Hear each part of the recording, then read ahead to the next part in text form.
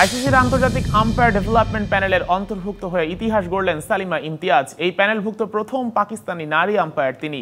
এর মাধ্যমে আইসিসির ইভেন্টে ম্যাচ পরিচালনার যোগ্যতা অর্জন করলেন সালিমা।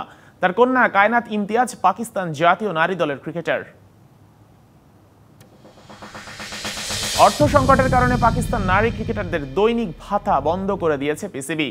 সাউথ আফ্রিকান সিরিজ সামনে রেখে ক্রিকেটাররা 1 সেপ্টেম্বর থেকে মুলতানে ট্রেনিং ক্যাম্প করলেও সেখানে কোনো দৈনিক ভাতা পাচ্ছে না তারা। তবে ভাতা বন্ধ হলেও তাদের আবাসন ও 3 বেলা খাবারের ব্যবস্থা করেছে জানিয়েছে পিসিবি।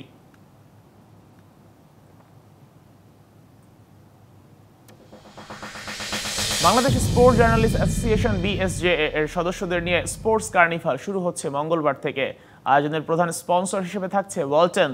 বিএসজে এর সদস্যরা দাবা, ব্যাডমিন্টন, ক্যাটিং, কলব্রিজ, কেরাম, সাঁতার সহ বিভিন্ন ইভেন্টে অংশ নিতে পারবে। সপ্তাহব্যাপী এই ইভেন্ট আয়োজন হবে হকি স্টেডিয়াম ও ব্যাডমিন্টন হবে শহীদ তাজউদ্দিন স্টেডিয়ামে।